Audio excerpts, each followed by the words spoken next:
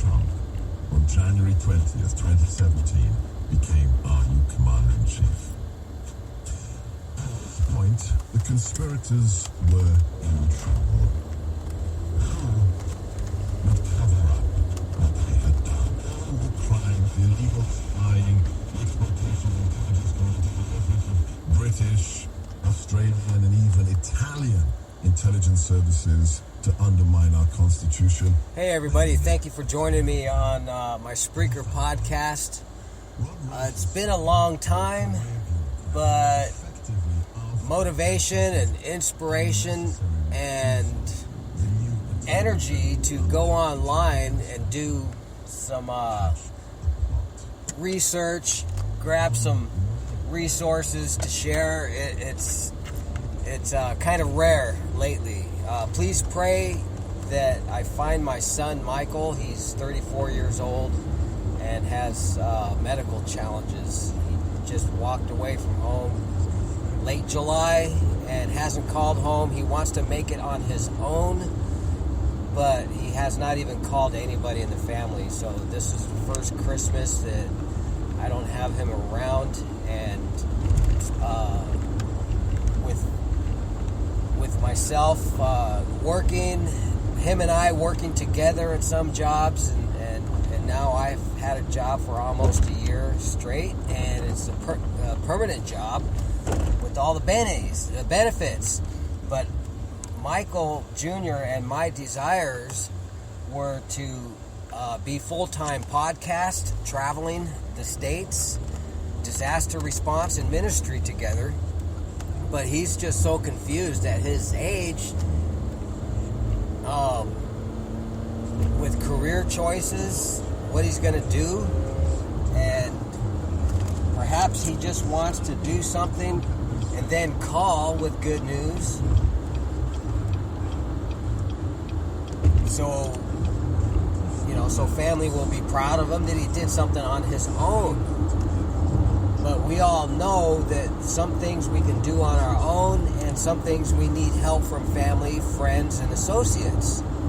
He is under the impression, he's told me on numerous times, that he wants to he wants to succeed on his own. And I tried convincing him of the differences, but he's stubborn. And that is my best guess that that's what he's doing. But he has been seen on the streets in San Diego and North San Diego. And it's always several days or a week or two later that I find out. So I drive every chance I get looking around for him. So right now I'm on my way to a cousin's house for our yearly Christmas get-together, family and friends. And I'm also going to look for my son Michael again. Just drive around San Diego and just pray that I find him. So please pray for me. We've all got our challenges, I know, and it's not like social media. We post things and the appearance would be that everything is fine and dandy, but I know we all have our own challenges. I am praying for you, and you pray for me. But I'm just going to kind of turn up the radio and kind of get some ideas. It's almost like having writer's cramp, but it is information and idea cramp for podcasting. It's a whole different monster. But please pray for myself as well for motivation to get back to basics, to get back on track, ministering the gospel to the world, because it's nearly free to do this online. And I have friends in Hong Kong, the Philippines, everywhere in the world, and the United States. Pretty much all the states. I don't know anybody in Alaska, but pretty much all the states, I've got friends. It's almost as if I know them all personally. So pray for motivation. These are trying times, and Jesus is near if you're watching the news and reading your Bible. But I'm just going to turn up the radio while I'm driving and get some ideas, and maybe I'll chime in. But for future reference sake, all of my podcasts are reference to his American and world history,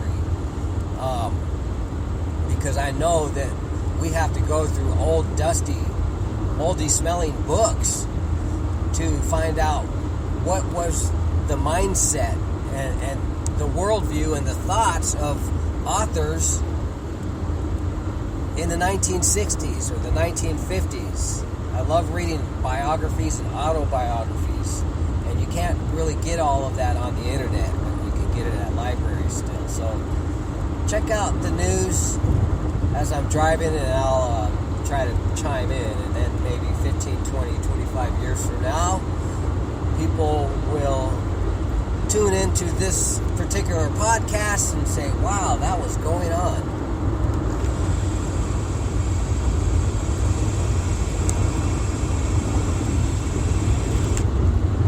You need to post your job on all the top job sites, and now you can with ZipRecruiter.com.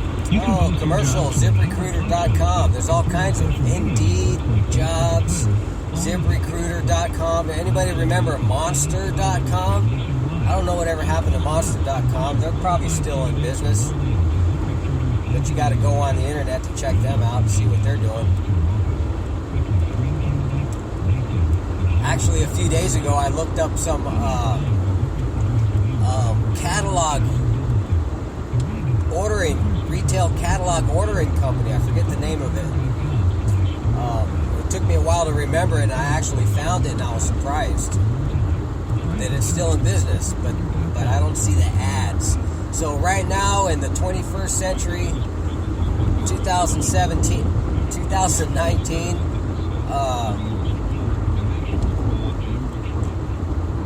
it's not really the mail order catalog boom going on anymore.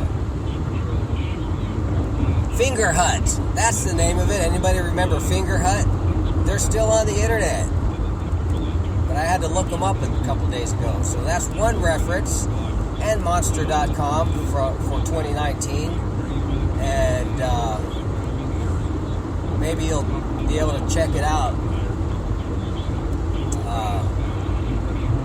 If you're listening right now and it is the year 2040, you'll get a kick out of this. So I've got so many podcasts that I've done ever since 2011, YouTube's podcast and blogs. Between 2011 and 2015 is when I started all of them. And I've been doing all that ever since. And my beginning interest in podcasts actually began before podcast was even a word or blog. I was a radio station DJ, news director, production manager from 1989 to November of 1994, a Christian radio station. And I've got the bug for broadcasting ever since then. And soon the commercials will be over on this radio station as I'm driving. And as I'm driving, I just saw a text pop up on my smartphone screen from my son, one of my sons, Daniel, the youngest. And he said Merry Christmas to me. So praise God. It's 12:46 p.m. Pacific time right now. And I got a Merry Christmas for my daughter. She's the oldest. But my other son, Michael Jr., you need to pray for him. Interesting timing. As I'm doing this podcast, I got a text from my son. It really warms my heart as a father. People don't realize that fathers have a tenderness for their children too. So anytime a child calls or texts or leaves a message for dad, it really warms our hearts. So here's the radio. I'll chime in here and there. That you can pre-order now The War for America's Soul, the story of the largest political scandal in American history, the current threat to our republic, what it means to you, how we can defeat it, and your role. I'm Sebastian Gorka. This is America First on the Salem Radio Network, sponsored in part by the amazing people at AMAC, the Association. Sebastian Gorka, he's an awesome guy. He's a patriot, American patriot from England, American citizen, talk radio host. He fills in for Mark Levin, Rush Limbaugh, and he's got his own website and podcast as well. Very knowledgeable man.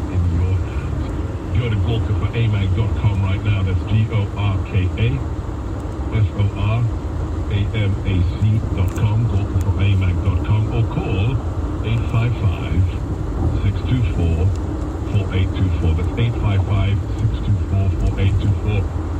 left you on that peculiar day, the last day of Robert Mueller's special counsel in the DOJ. He waited until his boss, Attorney General Barr, was out of town in Alaska, and he held a very peculiar press conference. What were the results of his 22 months of investigation? Well, they were laughable. They were laughable and they were despicable. He had charged Russian spies for spying. Yes, individuals who would never be extradited to the United States because we have no extradition treaty. And at the same time, charged and prosecuted individuals who had done nothing in terms of Russian collusion during the 2016 election. So we're talking about the Russian collusion and the impeachment of President Donald J. Trump right now. And that's more stuff that we could research as it unfolds. It's unfolding right now. And by the end of next year, hopefully it'll be history. But I'm going to go ahead and reply to my son on my hands-free device. I'm going to voice text him my Christmas greeting, and then we'll get back to the radio and check out the current events, what's going on this Christmas, all right? Isn't this fun? Merry Christmas, Daniel. Love you. Oh, I got to tap to speak.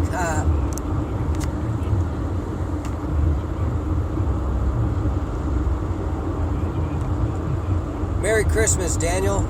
Love you. Try it again.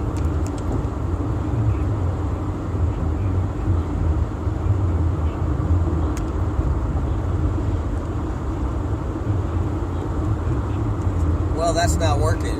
You hear the beeps?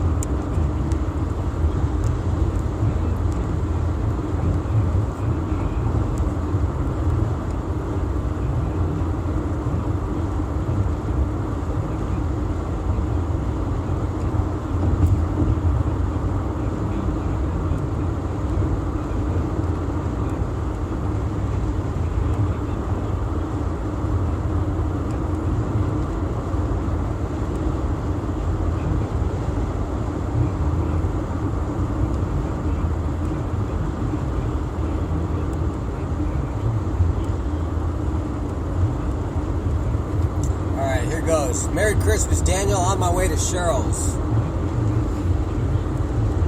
And there's that. Robert Mueller said the following.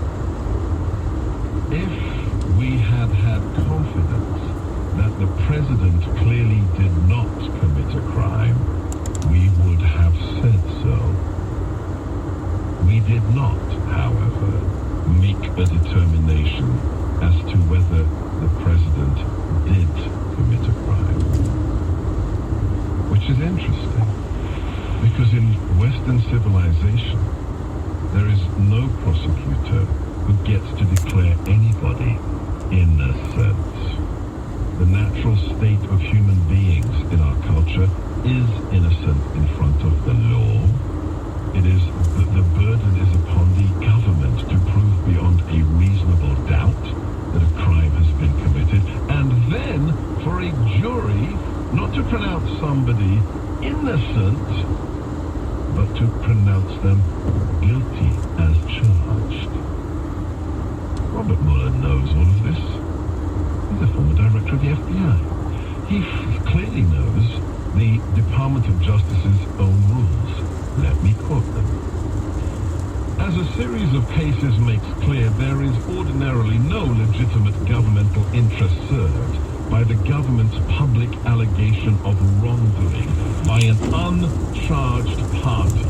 And this is true regardless of what criminal charges may be contemplated by the Assistant United States Attorney against the third party for the future. You don't get to comment on whether or not somebody... See, all this stuff that Sebastian Gorka is saying right now is stuff that I could be saying also. The fallacies that are involved in this historical non-event that this Congress is doing. As as spectacular as the economy is now as a result of President Donald Trump is, people are realizing that it could be much greater if this particular Congress would participate and do things for all their constituents, the congressmen.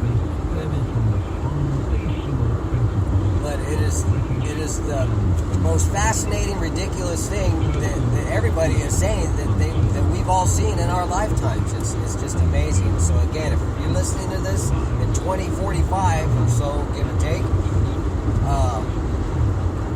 you kind of get the mindset of at least myself, the way I'm speaking of it. But it reminds me of Mark Levin, talk radio host, former advisor to George H.W. Bush, and he's been in politics since Reagan days, but he's a podcaster currently. He's on television, but he talks about his dad voted for Barry Goldwater, and Mark Levin's dad was a Democrat, and Mark Levin was just a young man, and he says, "Dad, why did you vote for Barry Goldwater?" And he says, "Because I understand all the BS that is being said against him, and I know that it is just a bunch of nonsense." So people know right now, and Donald Trump is getting set to win the election in 2020 for his second term by a landslide, because the more that this vindictive, spiteful Congress is doing, the more they're doing simply things that are against one president and nothing for their constituents, the more they carry on this way, the more people are going to leave the actual Democrat Party and vote spitefully for the Republican candidate. And that's the way human behavior works. You put a restriction on people, and the people are going to revolt and try with all their means to do what they're being restricted from. So right now they're being manipulated into believing that one side of American politics is evil and trying to pretend that they're angels, and the voters know better. So that's what's going on right now in 2019, the end of the year, December 25. They have an organization called Walk Away, and the idea is to walk away from the Democrat Party. Go ahead and do a web search on that. Walk Away Democrat.